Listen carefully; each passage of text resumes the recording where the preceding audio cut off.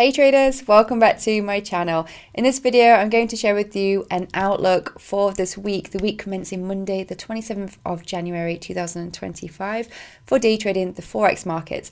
I'm going to go over my top pairs for day trading, which include pound dollar and euro pound. And I'm also going to dabble into a couple of other markets as well, perhaps looking at gold, Bitcoin, and maybe some other Forex pairs. So if you want to check out my process for preparing for a week day trading Forex and to get an insight on what the markets might do this week, keep on watching. All of the software that I'll be using is linked in the description below. Please remember to like and subscribe to the channel, and let's get straight to it.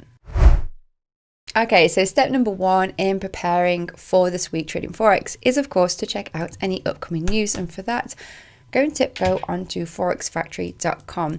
It's a brilliant resource, it's free, and all I do on here is click on the calendar icon at the top. I have this filtered here on high impact news and also the pairs that I am looking to trade this week. And let's see what is due to come out. So let's skip it on to next week, the week starting the 27th of January. And at a glance, there seems to be quite a lot of high impact news out this week. So let's look at Monday first. Monday, the only high impact news is for Swiss franc in the morning, nothing for the dollar. I'm mainly interested in the dollar, and I mainly trade pound dollar and euro pound. So they're the currency pairs I tend to focus the most on. I'm showing a few more here in case you guys want to have a look for your own trades. Moving on into Tuesday, the major news for the US dollar is CB consumer confidence at 3 o'clock. Now, this is one of those news releases that can impact it, but it's not a figure like you get with CPI or NFP, but it still can affect it. And with it being at 3 o'clock means that it's probably going to be a sit on hands kind of day on Tuesday until that has been released. Wednesday, we've got quite a lot of news in the morning for Australian dollar, a little bit for pound, Canadian dollar, and US dollar. Oh, it's the Fed funds rate and the FOMC statement in the evening. Again, this can provide quite a choppy period of price action for the dollar. Both the Fed funds rate is scheduled for 8 times a year, and FOMC statement again 8 times a year. So it doesn't happen very often. When it does, I have traded this before in the past. I've traded on a Wednesday before that's been released, and it just ends up being really difficult for me. I find it can be a lot more unpredictable, a lot more choppy. And so I've told myself in the past that when this is due out, just don't trade that day. Sometimes it's not very pleasant to not trade, especially when you want to, but it can be better to just sit on your hands if there are some choppy news events due out such as that. That's my opinion anyway. And so Wednesday, I'm probably not going to trade the dollar. But this is why I find it handy to have a watch list of a few different pairs. If you have something like that providing a choppy day where you don't want to trade that currency, you can trade a different one, such as the euro pound. Moving on into Thursday, there are some news releases due out for the euro in the afternoon. US dollar has its unemployment claims that it has every week on a Thursday. Thursday is probably one of my favorite days to trade the dollar because it's kind of consistent and reliable. You know you're going to get that news release at 1:30 that can provide a spark of volume and assist you depending on which way you want to trade. So Thursday could be a good day to trade the dollar. And finally, on Friday, we've got a GDP for the Canadian dollar, a little bit of CPI in the morning for the euro for German, that's an all day. And dollar at 1:30 has got core PCE price index and employment cost index. So at a glance for me, based on the fundamentals, I would consider trading the US dollar currency with another pair, maybe on the Thursday, on the Friday, maybe in the afternoon after these news releases have been due out. But up until then, I think it could be a little bit more unpredictable and choppy due to these federal funds rates and FOMC. Of course, it's always good to combine this with technical analysis, which we'll go into now on TradingView. Starting with pound dollar. Now I'm here on let's go to the weekly to start with, because you can see with a lot more clarity how strong the dollar closed last week. So last week we got this bullish surge up here. We've got a very strong up candle, which means that even though we've been in this downtrend, price is certainly pulling back. Now I'm going to drop down to the daily time frame because I think you can get a lot more clarity from this. And I had these two levels drawn out for my last week's analysis. Now, price has pretty much gone straight through this first one. And we've only got this little short wick at the top. I think it's fair to say that I can remove that one because it's probably going to be pushing up to this one next.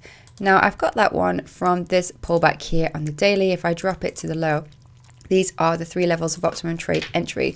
And I've used this pullback because this is the deepest pullback that we see from this downtrend leg that we've been in since September of last year. And so from this, I am looking for price to go into this area to either consolidate and then maybe break down and continue its downtrend, or of course it may push up, consolidate and continue on up. We don't know until it gets there, which kind of coincides with the fundamentals. If I'm looking to sit on my hands until later in the week, that's Monday, Tuesday, Wednesday, that's 3 days I'm probably not going to trade, but 3 daily candlesticks that can provide a lot more clarity on seeing how price reacts to this level. So that's pretty much my gameplay for pound dollar. I'm going to finish that off by adding an alert. I find alerts really useful. I like to see when price enters an area and if it even pushes through it as well. So we'll leave those on there and move to the next pair, which I will look at, which will be euro dollar. Now I'm expecting euro dollar to be pretty similar to pound dollar because they do work rather in sympathy with each other. And the similarities that we see here on the weekly is, once again, we had this very strong weekly candlestick up. Now this is even more interesting because the week before that we got this doji bullish candlestick. So this looks like it may even be going in for more of an uptrend. I'm going to drop to the daily time frame, and we can obviously remove that first box down here, but how is price reacting to this one and where is this one from? Well, once again, I took that from this previous pullback level here, and you can see these are the 3 levels of optimum trade entry. On the daily, we have pushed into this. We've got this little upper wick here. We don't know until we get some more candlesticks on how price is going to react, whether Monday, Tuesday we get smaller range and then drops, or whether we get a push up. If it drops, I'd be good to look for shorts. If it pushes up, I'd like to know where it's going to push up to. I'm going to add another Fibonacci retracement tool from the next pullback that we see and drop it at the lows here. And I'm going to mark out the 3 areas of optimum trade entry. They also coincide quite nicely with this order block here and this fair value gap that we see here. If we break past this, I think it's very clear that price is going to be looking for a more long-term uptrend. As we know, there are many different ways the price can move. It can move up, it can move down, it can move sideways. It has been coming down, and at the moment, the question is whether we are just seeing a short-term pullback and the downtrend continues, or whether we're going to see some signs of a reversal. What I'd be looking at is if we get a break above this level, we might get a retest and a push up. For this movement, I'd be looking at scalps on a faster time frame. If we start to get a breakdown below this level, a retest, and move down, that's when I would consider maybe having a runner as well for that long-term downtrend. So I'm going to set an alert at this higher box here because it would be interesting if price gets up there, and I certainly don't want to miss that. But as for the euro dollar, I'm going to be keeping an eye on this and in confluence with the fundamentals once again, because we have that FOMC due out Wednesday. I'm going to be more reluctant to get into any trades until later in the week.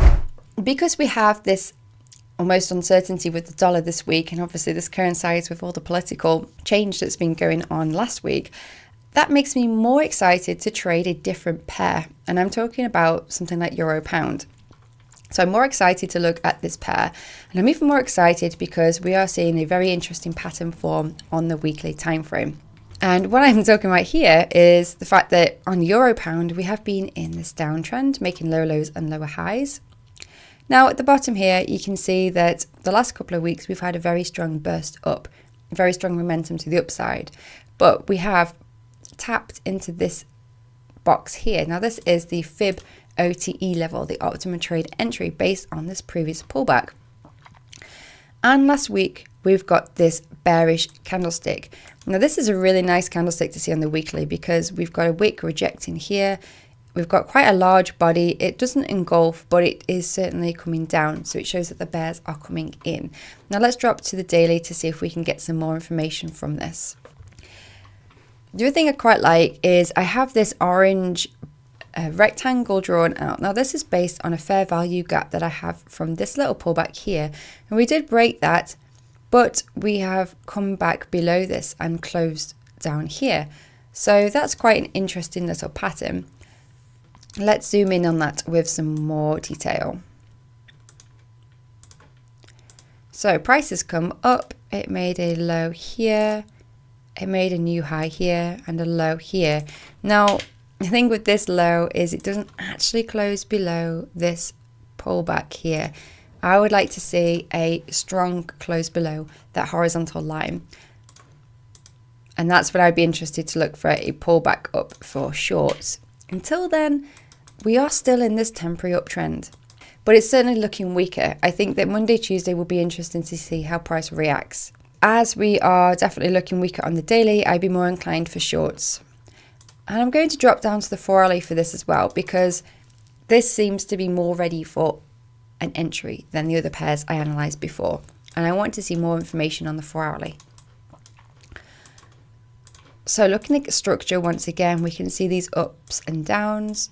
Ups and downs. Price made a little high here, but it's only slightly higher than that one. You could still count that. And then it's a high here. But then we have been consolidating. We got a break below this low here and a close. A push up with this large wick rejection. From there, we get some really nice bearish candlesticks coming down.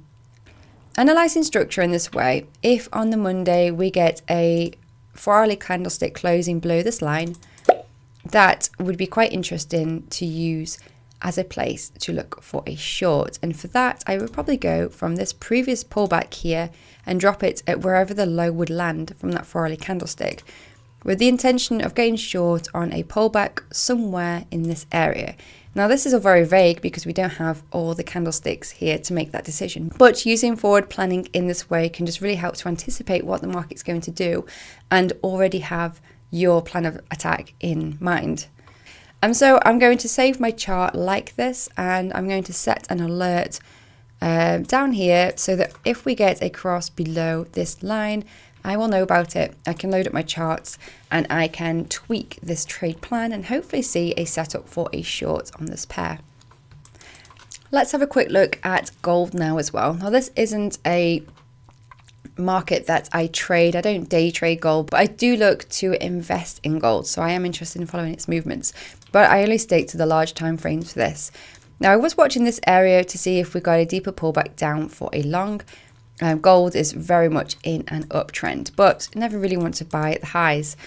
Now last week is interesting. We got a strong weekly push up, and as you can see, last week we closed above the previous body from October, which means that we have broken and closed above and made a new high.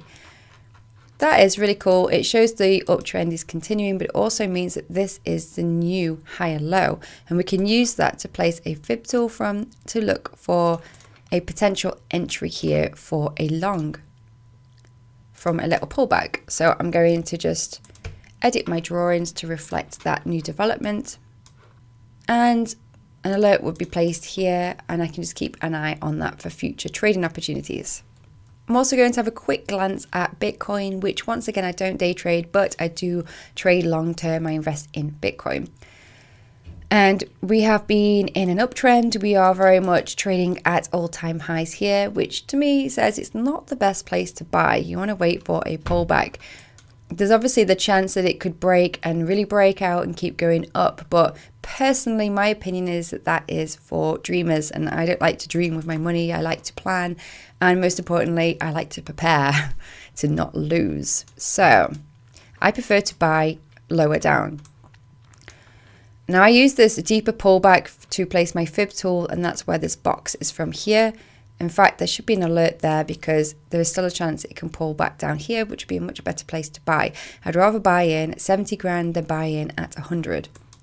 But it's pretty clear that we've been consolidating here pretty much since November of last year, and there's every chance the price may just keep going on up. But right now it looks like we've got some resistance from these highs, we've got wick rejections, we've got no clear close above them. And so I am sitting on my hands for Bitcoin at the moment. So my main gameplay as the week opens next week is to focus on Euro Pound. I think that's the most interesting setup whilst we wait for the US dollar news releases to come out. And you may notice that my watch list is quite small. Now, believe me, I've been trading Forex for years and I've traded pretty much every different way that you can trade. I've scalped, day traded, swing traded, and I have traded a huge watch list looking at over 20 pairs. And I have found personally that by reducing that to just a few pairs, you can really increase your accuracy. Keeping it simple, keeping it focused, it helps you to make better decisions and ultimately make more profits, which is what trading is about. So I hope that you've enjoyed this video. If you have, do let me know by hitting that like button. Don't forget to subscribe to the channel below, and I'll catch you in my next video. Thanks for watching. Bye.